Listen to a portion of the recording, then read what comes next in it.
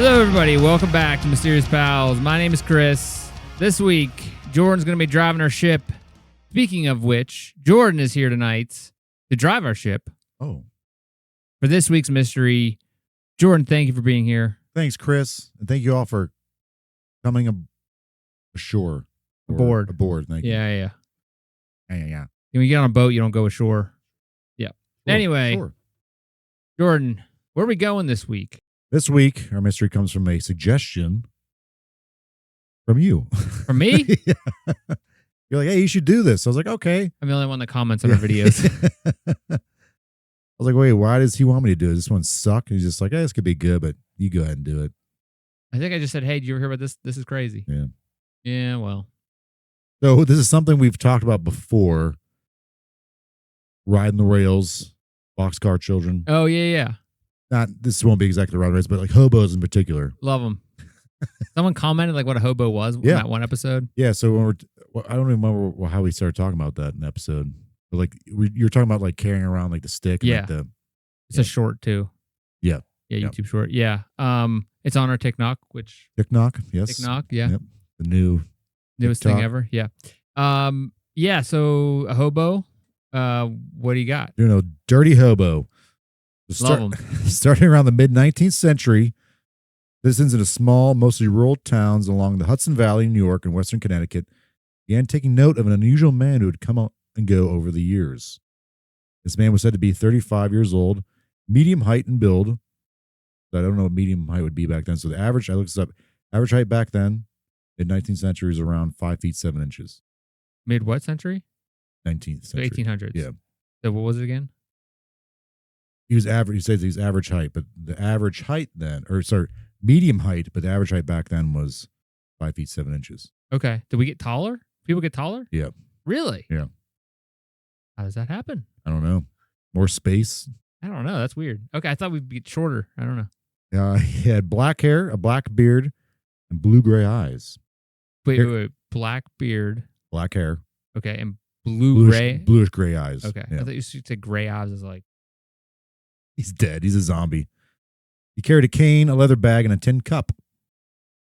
Yeah. Did he have the stick? No, he didn't have a stick. I don't know how that became like a thing. It was in the comments. It was was was that an actual thing they did though? I think because if I can remember from the comments, they carried it because it was like a tool they used. Well, yeah, but I wasn't sure if that was actually like an actual thing they actually did or just something that like I don't know. Like I said, was there did they just carrying all their beans and everything on the ground? I don't know. The vagabonds, tramps, transients, or hobos were not uncommon during this time. But what made this man special were two things. He was always head to toe, no matter what time of year, in handmade leather clothes weighing about 60 pounds. So a hat, pants, shirt, or like long sleeve shirt, shoes, all leather, weighed about 60 pounds. Okay. No matter what time of year. Wait, this was the Hudson Valley? Yeah, like eastern New York, western Connecticut. Okay, so it's not like we're not in Canada. Canada, no, but it gets cold up there. But he's doing this in the summer. In the summer, it gets disgusting. Like, summer, it gets hot. Hot. Yeah, but he wears this all the time. Leather. So sweaty. Yeah. So sweaty. Second thing is he made the same yearly clockwise trip through New York and Connecticut, arriving at each town, about 40 towns total, approximately every 34 days. Wait, what? Why? He traveled a total of 365 miles per year for about 32 years altogether. So he walked. He walked. He wasn't driving a car. Yeah. Because there wasn't cars. Wasn't riding a horsey. Nope. Wore all leather. Did the same clockwise trip for 32 years. He'd arrive in each town, about 40 of them, exact same time, exact same. He just basically didn't stop walking. And he would stop overnight. Yeah, but I mean, like, it was like clockwork. Remember when we were in Florida and there was that guy that rode from Ohio or Cleveland, Ohio, all the way to South Florida on his bike. On a bike. Yeah. It's like, I did 50 miles a day. That's insane. It took me a month to get here. We're like, oh my God. He was something. Yeah, he had to ride back too. Yeah, that was a weird dude. That's kind of cool he did that though. I would never do that. That's awful. Horrible. Said his timing was so precise that people set their clocks to his arrival in their towns. The same day Same time, every year, this dude arrive in all these towns. I think it's weird that you like, how would they remember? Because like, it's not like he's doing it like once a week and you're like, here he comes again. It's like, but he's doing 32 years of. So how many years would it take for you to try to remember like, hey, this year, like 5 years ago, this guy was here, like every. Well, no, every year he'd arrive at the town at the exact same time. But it would take a couple years for people to start noticing. For sure, right? yeah, it did. But you'd think they'd be like, oh, there's that leather guy again. He stinks really bad because it's summer. Yeah, he's wearing leather. Whoever was in the summer, like. Yeah, they got the bad end of the stick on that one. Yeah. Probably smell him. This man came to be known, unsurprisingly, as a Leatherman. That's gross. Despite doing this for 30 plus years, people never knew his name, where he came from, why he wore leather, or why he was even doing this. Did no one ever talk to him? People tried to. It's believed that Leatherman started his circuit in 1857 and continued to do so until his death in 1889. God. So about 32 years. Like, it sounds horrible in the summer, but in the winter, it sucked too. But it paid way worse in the summer. Think? Yeah. I mean, wearing leather, yes, yeah, but like in the winter, it'd be better. At some point. But if you're a hobo, like the winter's going to suck, man. Yeah, but you're covered in leather. Yeah, but like, are people going to let you come inside? What? So was he staying in hotels and stuff, or was he just like staying? Oh, that's okay. So we're good. We'll go into that. So I'm gonna give you a little bit of historical context here. This is the mid 19th century, United States. There's a bunch of change going on. Industrial Revolution happened. This obviously brought about prosperity in like bigger urban areas, but then it also kind of widened the gap between the rich and the poor. Urban areas started expanding. This also increased homelessness and poverty. Rural areas, like those Leatherman traversed in Connecticut and New York, were undergoing transformations as small-scale farming began to decline in the face of industrialization. It's not like he was. I'm trying to think like why you would do it like this, because it's not like he's going south and like coming back up. Because like weird, he's just like is he following the food, like one of those things? So like what's that? Nomads, like they would follow the food as the seasons change. You go more south or whatever, and then you get back up to the north in the warmer months. Yeah. And you follow the whatever. So when you're up here you're in New York, the Hudson Valley, I'd imagine there are animals out that you can hunt, because he's not like, how's he making money? He's probably not making money. So like he has to be hunting for his own food. Yeah. I mean, he does eventually he takes handouts, but the weird thing is he has money. Oh. But how could he have money if he's constantly moving and not working? Well, I hope you tell us, because I don't know. That's weird. That's a little twist. I figured it was just like a guy that just didn't have anything. It makes him a little bit different than other like these transient and nomad kind of people. Because like you figure like there was Native Americans, there are people in early peoples in different countries, different parts of the world. Mm-hmm. They had to do the same stuff, but they were doing it like native people. Yes, people even parts of Africa, people are still doing this. Hunter and gatherer groups. Yeah. Furthermore, during the Civil War. Was like, so in the time span he starts doing this till he ends, like the Civil War happens. There was a lot of displaced and homeless people. In this context, vagabonds or hobos, we want to call them, like the Leathermen, stood out. And oftentimes they were met with disdain or even violence. Some towns even created tramp laws that would force the homeless into manual labor. If you came in one of these towns, like you're homeless or a tramp or whatever they called them, like we're gonna arrest you and put you in forced labor. What? Why? Wait. Because they did not like homeless people. I mean, tramp is a different word now. Yeah. I mean, different meaning. Yeah. Sure. So back then, it didn't mean that. No, tramp was just like a hobo or like a... Vagabond. Vagabond, yeah. I do like vagabond. Yeah. Yeah. But like, what made it change? Oh, into what it means now? Yeah. Well, tramps move around a lot. What? And tramps get around a lot. Mamma mia. Light bulb. Yeah, there we go. I'm assuming that's what it is. The magic of the season. It's a miracle. It's a Christmas miracle. Christmas miracle. Again, this is a common kind of thing. These people, like the Leathermen, are very common during this time because the Civil War displaced a lot of people. The Industrial Revolution kind of displaced a lot of people. So they created tramp laws, which like they arrest these people and force them in manual labor for a certain period of time. That's crazy. Yeah. But like, especially because what the Civil War was fought over. Yeah, exactly. And, yes. like, it's so weird. Yes. Yeah. Yeah. So it's like, oh, and this is the North. Yeah. Too, like, So they did this in the North after fighting Yeah. again. Okay. Yep. Whatever. Yep. And I remember seeing like this is a real thing too. Like hobos would they had like a secret code. They make these drawings like saying, "Hey, this stay away from this house," or "This house is safe." Yeah. That like only they could read. But this is because of stuff like this. Sometimes like people just shoot hobos on sight. Yeah, I mean, who's gonna care if you kill a hobo? Right. And again, I mean, I'm not saying kill them. I'm like these people are also probably aware that Shooting at them. Yeah. Because they might. I'm sure a lot of them were robbing people too. That's the thing too. Like, so maybe like they're like, oh, these people are gonna come rob me or like scare them away. Food. Yeah. So like, yeah. So what set them apart though from other transients or hobos or vagabonds or tramps? This Leatherman, what sets him apart? Yep. Okay. Upon entering a town, the Leatherman didn't really do much or say much. It said he only communicated in grunts or simple hand gestures. He was usually polite and respectful. Okay, I was gonna say I got one gesture for you. Unless kids threw rocks at him. It's not funny, but it sounds just like maybe the get leather. Out of here, you homeless guy. Maybe the leather was armor, leather armor. Maybe I mean yeah. He's like Batman. Isn't it like the first armor or like protective thing was leather? I don't know. I mean, I know like in video games there's leather armor and heavy armor and stuff, you know, but I don't know if it was actually a thing. Didn't seem like it was very protective at all. Yeah, because deer get hit with arrows all the time and shot, and they go down. But yeah, if a kid like so, I'm assuming that when these kids saw them or saw him, it's before they knew who he was. Like before, like they got to know like his root. His root, yeah. Still weird. Yeah. So they've like some kids would throw rocks at him, and like he didn't get angry. He just kind of like shake his cane at him. Nice. He could kind of get a little like curmudgeon if people ask too many questions. How would they know he just speaks in grunts? Well, I think he just could be like, get out of here and like shake his cane, like, you know, get out of here. He doesn't speak though. Well, he might not be able to understand. But he responded by shaking his cane at these people or just move along. However, he became familiar and trusting of certain local farmers in towns that he'd come across, where he'd arrive at the door and grunt for scraps of food.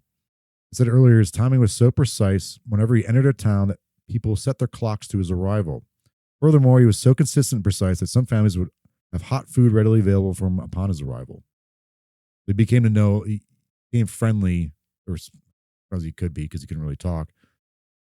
You would know you could go to certain like farmhouses, like, hey, come around the back, we'll give you like a pie or like some food like that. Pie. They knew exactly when he was coming, based on the they time. Prepared for him. Yeah, they'd have like he the was food just is playing the game. He just knew the game. Yeah, and some schools and towns would allow their students to go out and greet the Leatherman when he entered town. How many years on? So he did it for 32 years, but I would imagine it probably took a long time. For like people start trusting him. At least 10 years, I'm gonna say.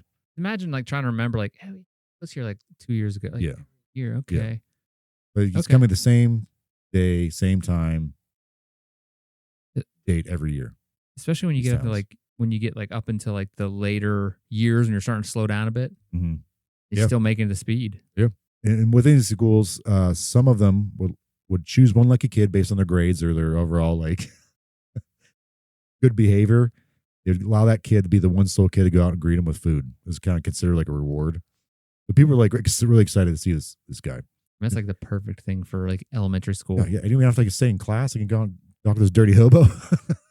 You do hear about, like, I guess they'd be considered YouTube people now, like Instagram people that are like, you know, obviously there's tons of those type of influencers that are just like, I don't know if they're influencers, but anyway, they're like walking around or driving around in documenting everything, you know, like, oh, I'm going to walk across the United States. And I mean, there's a Twitch channel of a guy who just goes like and hitchhikes everywhere. His name's Hitch or something.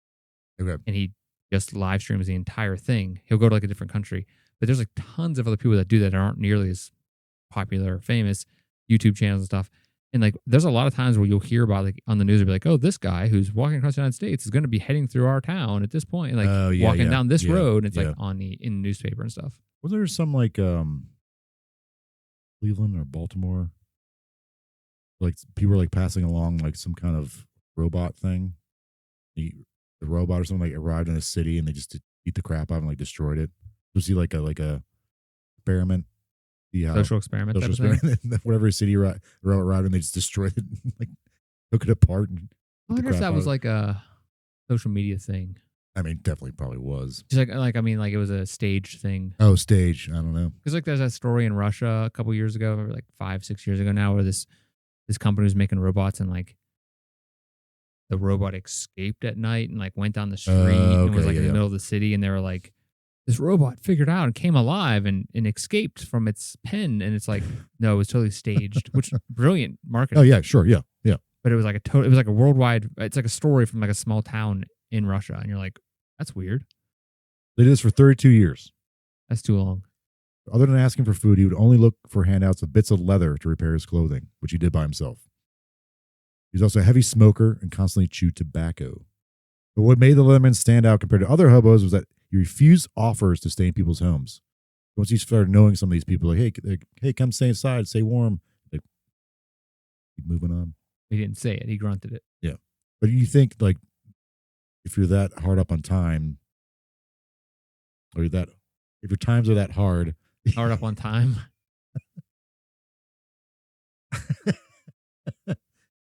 if you're that hard up on the time, yeah. Yeah. If your times are that hard, you'd be like, yes, of course I'll stay inside where it's warm.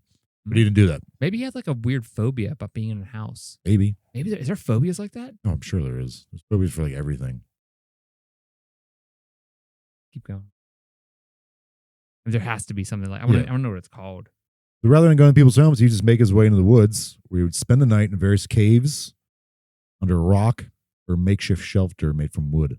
Caves are terrifying to me. Apparently, he had like a whole like network he would just stay in. There's some caves that are like named after him now. Caves are terrifying. Yeah. Like, have you been to Mammoth Cave? I don't even know what that is. The huge cave chain, like Kentucky. I went through it once, man. It was fine. But then there's like parts you could like do like varying levels. But there's parts where you have to like crawl. Nope. I was like, I'm not doing that. No, thank you. No, thank you. Caves are terrifying. Any cave. Even a rock I put on top of another rock and like make my own cave in my backyard. Terrified.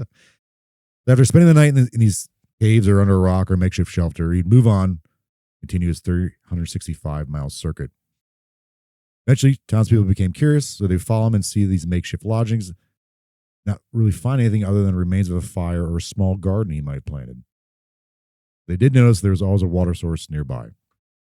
We can get water and bathe. I would hope he's bathing. I mean, all that leather on. Think he was? Why would you man. care about, especially if you're sleeping outside? No one would ever smell you. Animals don't. People would smell you. Really? If you're outside, yeah. Do you think You're it's wearing all that leather, so man, stinky? it just like seals in the flavor. Do you think it like peaks and it's like plateaus? Stink? Yeah, stink. Because as you get older, you get different stinks. Different smells, yeah. Yeah, when I turned different ages, I'm like, oh, that's a new smell. That's a new smell. I didn't know That's my body could do smell. that. Yeah. I think it probably just keeps getting worse and worse. Think? Yeah. How bad could it actually get besides death? Like a smell, you know? Like how bad can smells actually be? But like you're saying though, I feel like there's those milestones in age. You're just like, oh, that's a new smell. Yeah, but like that's like a person who showers often, you know? Although I would rather not shower. Not as much. I think I shower too much. How often do you shower? Once a day. Yeah. But that's like much? It's not good for your skin and stuff. Like plus it's annoying. I want to be real. I want to get the natural stank on me. Okay. Though he was mostly self-reliant, he made and repaired his own leather clothes and could survive year-round alone in the woods. This is including hot summers and harsh winters. He even survived alone during the Great Blizzard of 1888, where 10 to 58 inches of snow fell at up to 45 miles per hour winds and snow drifts around 50 feet. He's outside alone surviving this. During that storm, 400 people died, but he survived. How did he survive? Was he in a cave? Well, I mean, yeah, but he kept moving. He kept moving? Kept going. It was rare that he actually was like not on time in some of these places. Very rare. I don't know. I mean, they didn't have clocks and stuff back then. They had clocks. They didn't have calendars. 1850s, they didn't have nothing. So what's even more interesting, though, is he never worked, never tried to barter or trade goods. He never even took money, but apparently he had money. That's weird. He stole money. There was an instance where when kids left 4 tarnished pennies out for the Leathermen. Due to the precise schedule, they knew where and when to leave them. Leatherman reportedly took them to return them later, only shinier. Okay. These kids are like, we know he's coming. Let's leave these pennies for him. Yeah. He comes, he takes them, or brings them back, and they're shinier. Now, what kind of money did he have? And these are pennies they try to give him. But like him in general, you said he had money. What you mean is like how much money he had? Currency. It's probably American because I would assume from everything I read, they'd be like, oh, he had like Canadian money or. Okay. So it was obviously, okay. Well, I didn't know if he like stole it from somewhere and then escaped there. Okay. So wait, hold on. Fear of home, of a home environment, house. Mm-hmm. Oikophobia. Oikophobia? I mean, it's supposedly it's Greek. It's Oiko phobia. Okay. Like, so like, what do you think about this guy right now? He's a bit of a like. Why do you think he's doing this? Mental illness. Yeah. OCD for being on time. You know, like that type of thing. Like he has to be. Why do you think he's this? He has to be like the same thing over and over again. The tendency to, compulsion to complete this same cycle. Doesn't want to be in a house. Doesn't want to change that. Yeah. I mean, it's definitely possible. I mean, like, lots of people have OCD in different varying degrees. So this guy could be, I'd imagine he had to be suffering from some type of mental illness. Yeah. I mean, this seems like in some way more like OCD, seems like something that's more drastic than OCD. Yeah, maybe. Yeah. I mean, I don't know what the degrees are. I don't have what is it, DSM in front of me, but One shopkeeper kept a record of an order the Leatherman placed every time he arrived in that particular town. Wait, what? He ordered stuff. And this is what he'd order: 1 loaf of bread, a can of sardines, 1 pound of fancy crackers. Well, it makes it fancy. A fancy cracker. I don't know. I want a fancy cracker. Pie, 2 quarts of coffee, a bottle of beer, and 1 gill of brandy. Gotta look what a measurement gill is. It's apparently just 4 ounces. I was gonna say they fill up a fish's gill and dump it in. Wait, but how did he pay for it? Then he had money. Weird. Yeah. And again, he didn't work. He couldn't work because he kept moving constantly. Never took money. Never tried to trade or barter or anything. What if his job was making paths? To make sure the path was clear for this. Or he was like a early Yelp person, like, hey, this house has good apple pie. Go to this store. They have the best brandy. Wow. Weird. Yeah, it's unknown how he had money, which only fueled the mystery behind the Leatherman. I mean, let him do his, I think it's like cool. He's doing his own thing. Yeah. That's awesome. I mean, he's not hurting anybody, apparently. But that's the big part of his draw is because he's self-sufficient. He's doing his own thing, not bothering anybody. Doesn't really ask for much. Kind of keeps himself self-reliant. The Leatherman's unique appearance, predictable routine, and benign demeanor set him apart. He's not seen as a threat, but as an oddity, someone maybe to be pitied, respected, or simply marveled at. Like many vagabonds of this area, the Leatherman maintained an air of dignity and self-reliance. He didn't steal, nor was he aggressive. Newspapers and people hounded the Leatherman.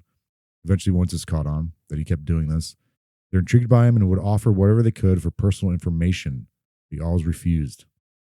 The people were like, here's some food, here's some money. He's like, no, get away from me. Yeah. And his mumbling.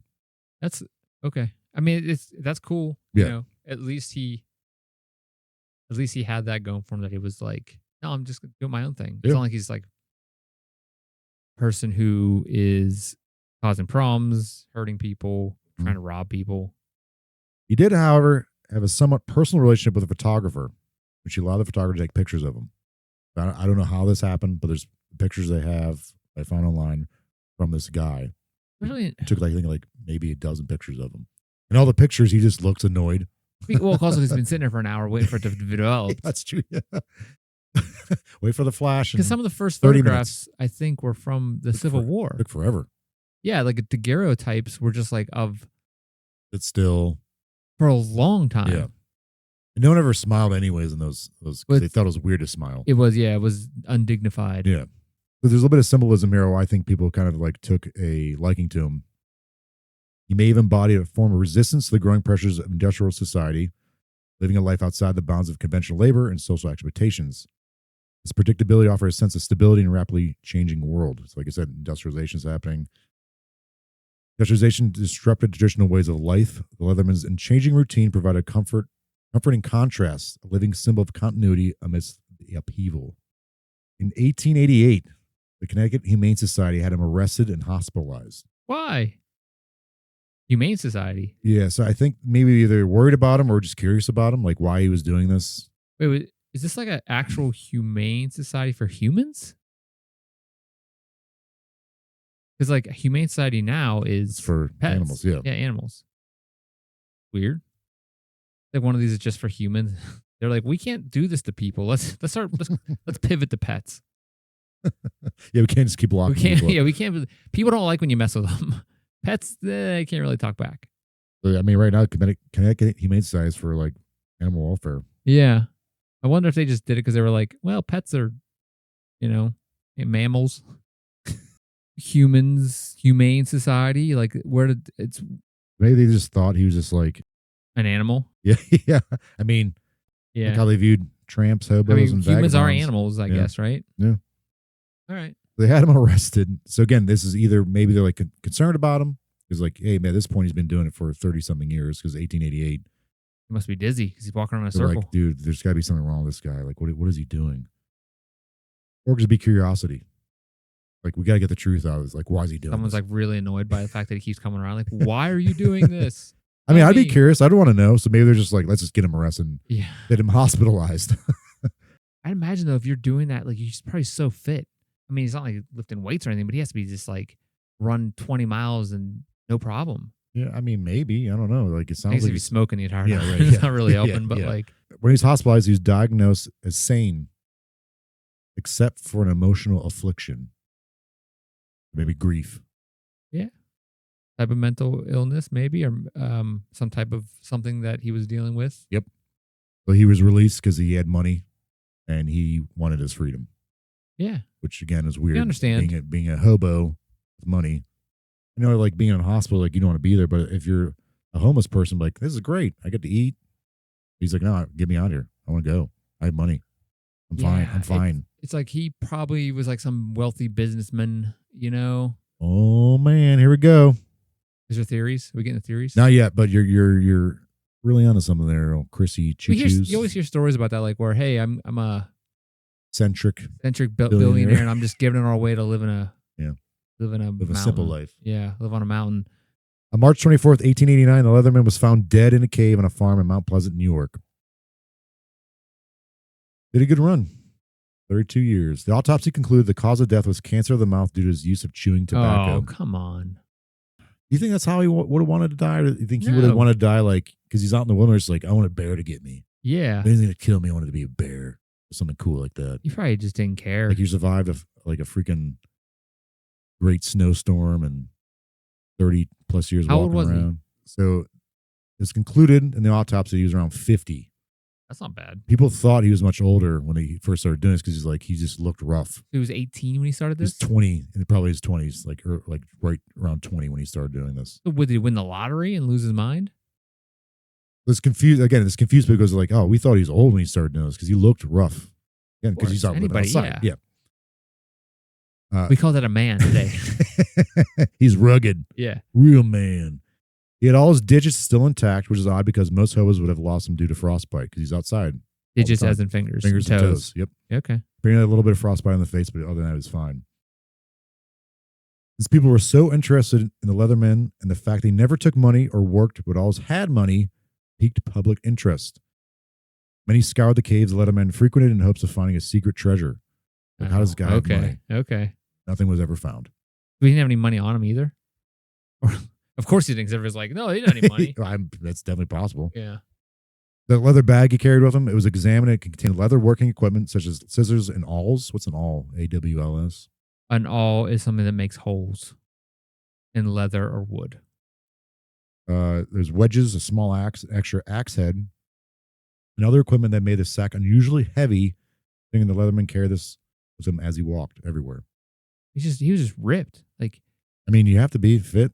I mean, he's probably eating really, like, aside from getting food from all protein. Yeah, from getting food from these people, he's probably just like hunting and fishing.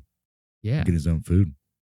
He probably just grabbing the fish and squeezing the crap out of him into his mouth. Like, it's like yeah. sushi.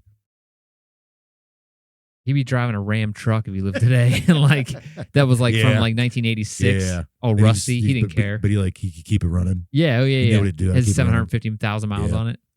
And black smoke came out and he drove everywhere. And he always like stopped, like help you. He's always like nice guy, but he's like real ripped. But he's like, it would help you, but not like super overly friendly, like a Ron Swanson kind of type. Yeah. Like when an old lady's crossing the street, he'd come over, just picks her up. He's like slid his Ram truck in front of all the other cars, got out, picked her up, or just like slid a Ram truck with the passenger door open, so like just grabbed her, put her in, and then spun around and got on the other side of the street. Yeah, that's probably rad. There you go, Gam. Yeah, the Leatherman gave her a little snap on the booty when she got out. One of the most interesting things they found, though, within this bag was a prayer book. The prayer book wasn't written in English, but in French. This led many people to believe that Leatherman was in fact French, and perhaps that's why he only spoke in grunts, because he didn't know English. Prior to his death, the newspaper gave him the name Jules Bourglet, and along with that, a story of his past. Although it was retracted days later, it caught wind, and many other newspapers were told this supposed story of the Leatherman's past life.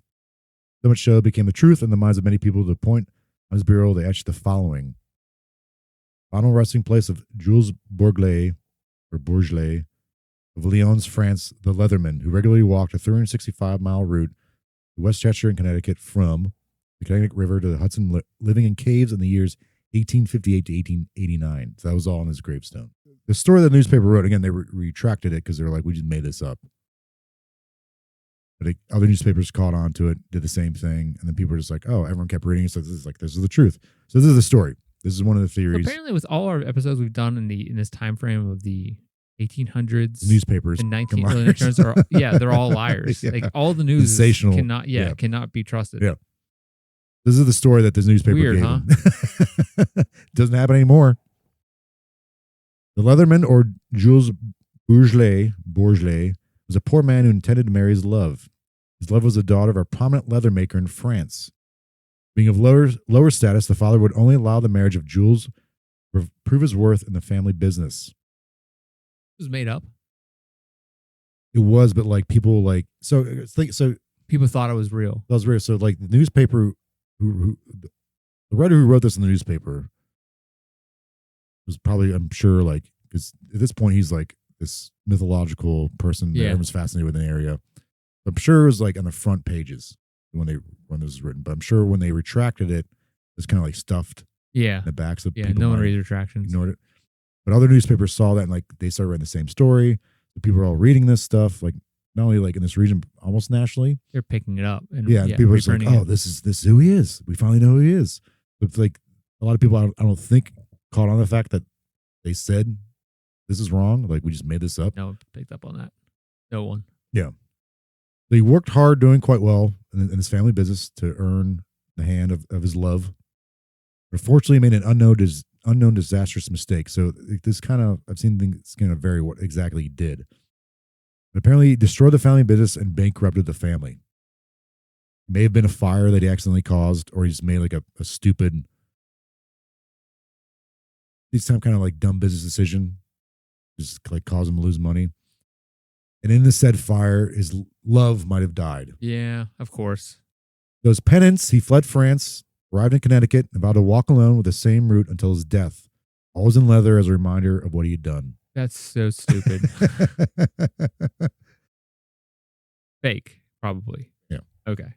Because like I was waiting for it to be like, I think it's definitely fake. Like he like made a leather harness for his love, and then just one stitch he did it he carried her head around in his leather sack, or like the stitch he did was wrong and she fell to her doom. Almost as dumb. Yeah. In 2011, in an attempt to find and relocate his remains and perhaps do a forensic test, Leatherman's gravesite was exhumed. Nothing was found other than nails, probably from a coffin. The people were like, I think they wanted to move it away from the highway. This is like a busy highway there. But also in doing so, they're like, hey, maybe we could do like a forensics test to see like his lineage. DNA and stuff. Yeah. But there was nothing in there. Just other than some nails. What? It disintegrated? Like he Maybe forced it was never there. maybe he was never there, or someone took his body. I mean, bones can decompose, though, right? I mean, if I've seen some Indiana Jones movies, there's been bones are all over the place, and they just stick around forever. Okay, so what do I think? Yeah, because there's not really many theories to this. So we're moving into our theories. Yeah. Here, I'll put this. I'll give you. So one of the theories is that he's this Jules guy. The story was real. Yeah, the story is real, but apparently that's not the case. I mean, I don't think it's the case. It sounds like bogus. One of them is that he's actually French Canadian. Makes sense. Because that's what I was thinking French, too. Yeah. Canada's right there. I'd imagine one point was Canada further south. Like when were they just like was Canada further south? Maybe too. No, Okay. But it's not that far. I mean, it's Connecticut and Canada are border. Yeah. Right? Okay. Northern New York is. Okay. Yeah. So Dan DeLuca, he's probably the foremost expert on the Leatherman. He believes that the Leatherman was a French Canadian and had strong knowledge of Native American lore. Others believe that he may have actually been part Native American, explaining why. That want to explain why he can speak French if he's French Canadian, and two, if he's might be part Native American, how he was able to survive alone. Yeah, I mean, you got to know some stuff to do that. Yeah. Although he was getting stuff in towns. Yeah, it wasn't he's like completely on his own, but like he was able to like survive. Yeah. In the wilderness on his own. So I'm assuming he's also like fishing and stuff and hunting. Maybe he's so bored. He'd be so bored out there. One of the things is he might have been a former soldier. Okay. There's a gill of booze, 4 ounces. That's a measurement that they used to give as rations to soldiers prior to the American Civil War. I think it was no longer a thing during the Civil War, but sometimes like they'd be like, here's some alcohol. Because he'd ask for a gill of booze. So like that makes him think the idea is like he might have had some kind of like history of being a soldier. But if he didn't talk, how did they ask for that? Right. But also the fact that if he was a soldier, it would help explain his survival skills. Yeah. But what? Maybe people back then just had grew up with those. Right. Especially if you. Oh, that's true. I mean, like frontier people, yeah, but like not necessarily. Some people are like, maybe he's a Civil War soldier, but like the Civil War happened in 1861 to 1865. And even before that. He started walking around before that. Before that and after, but he also was walking around during it, and his nothing. His like the dates match up, but he was all in the same place at the same time. Like him being in the war would have disrupted that. Yeah, people would have noticed that. If it still would work if he's French Canadian, because even though Canada was neutral during the Civil War, there were people who like came to the U.S. to help fight on both sides. But again, still, if he did join in the war effort, there would have been some point during his circuit that people would have noticed, like, oh, he didn't come this year, or he's like incredibly late. That's all I got. Do you think the kind of timing of him entering at the same time, you think that's just made up in a story that got passed down? That he never actually, like, he came once a year to the same towns, but it wasn't the exact same time. Yeah. I think it definitely could have been exaggerated. Also, the fact that like he didn't take money, right, or like any big handouts. Like I feel like he would have had like, unless he was like this eccentric person who just fell into a bunch of wealth, and like his parents were wealthy. And again, the hospital was like he seems sane, but there is some kind of like psychological like thing, like grief he's dealing with. So maybe like something did happen to him. Like his parents perished in or a like he was leather fire. Yeah. Or like there was an instance where like he did have money and his love did actually die, and he just like, I can't, kind of like something him snapped. He's like, I'm gonna keep doing this. I'm not saying what they were saying, like, oh, he's from France and he had his love and he had to prove himself to his father-in-law, but maybe something along those lines, like he did maybe came from money. He had that much money because like he's basically living off the land for the most part, so he doesn't really need that much. Right. So a few pennies doesn't really matter because he doesn't really buy it except for a couple stops. Yeah. Yeah.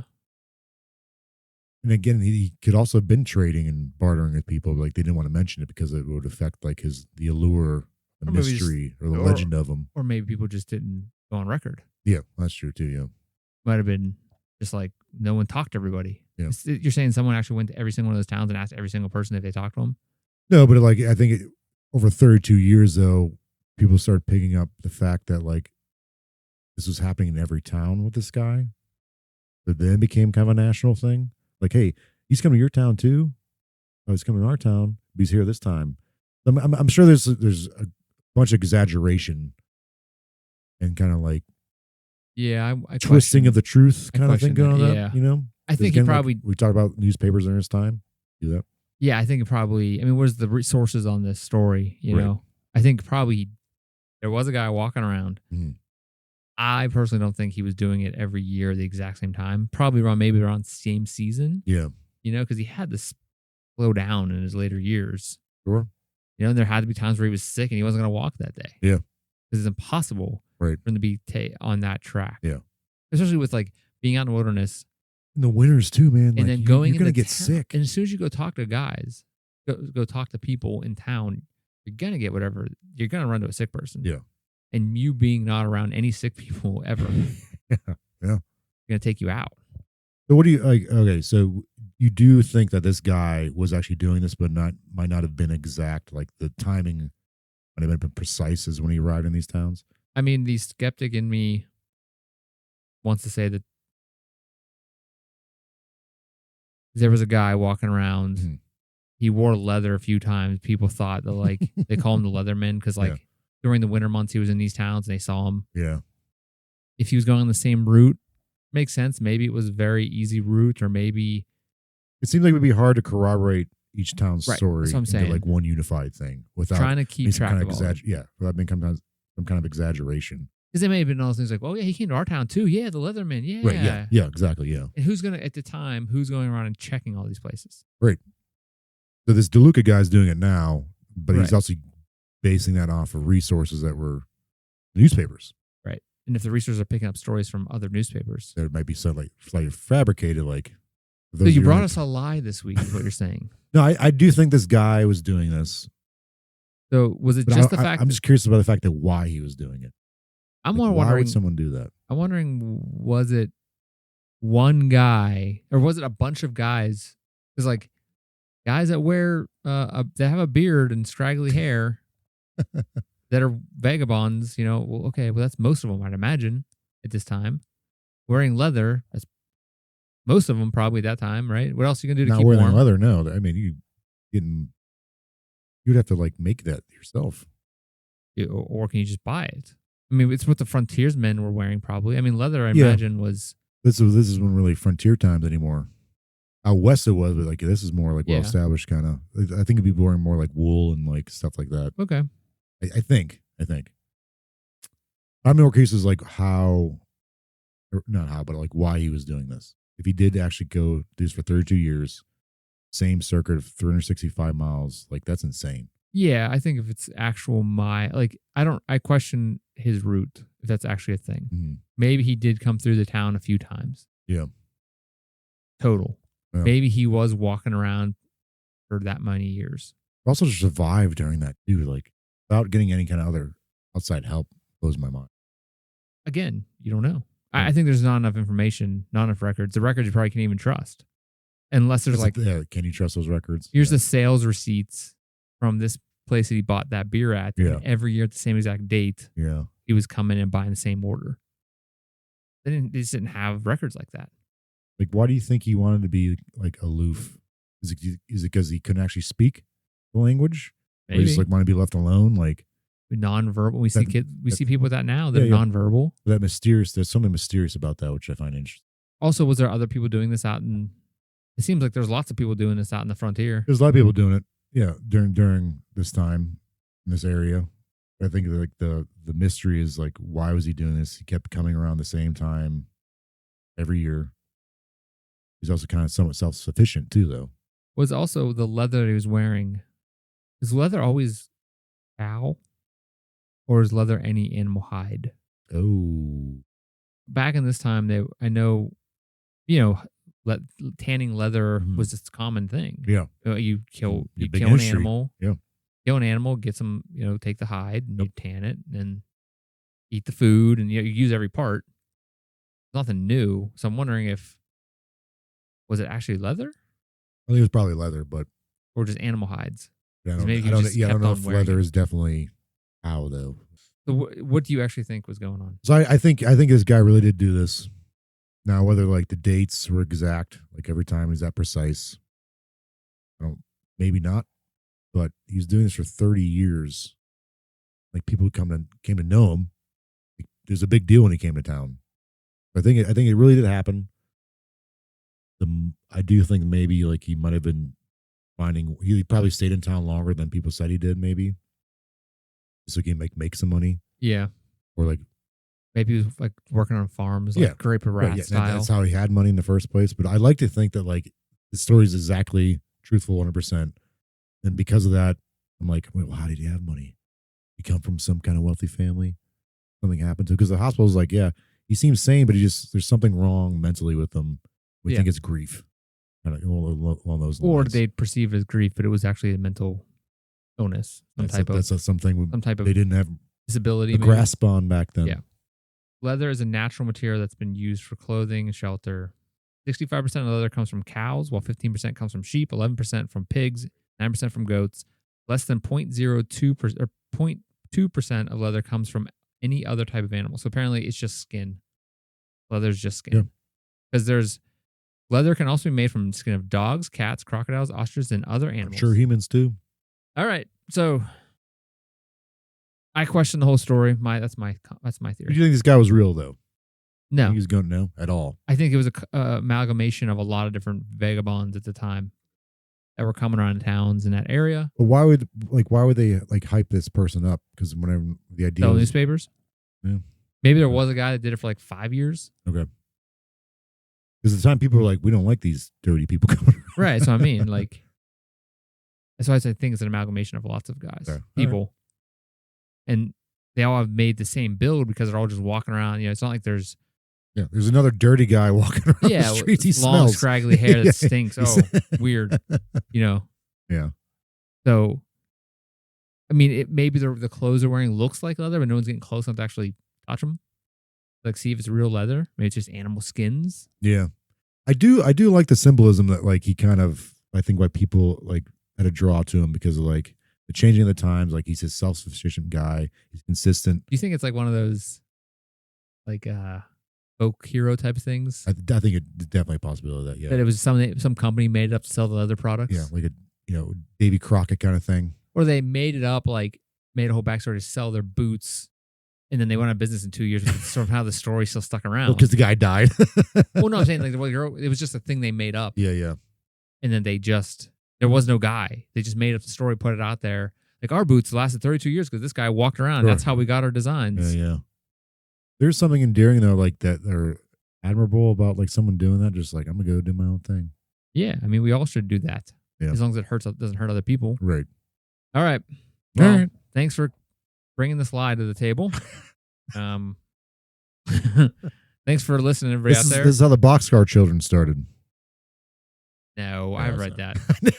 No, I don't think so. Don't tell lies about that. You can lie about this Leatherman, but you can't lie about Box Children. Anyway, thank you for being here, Jordan. Thanks, Chris.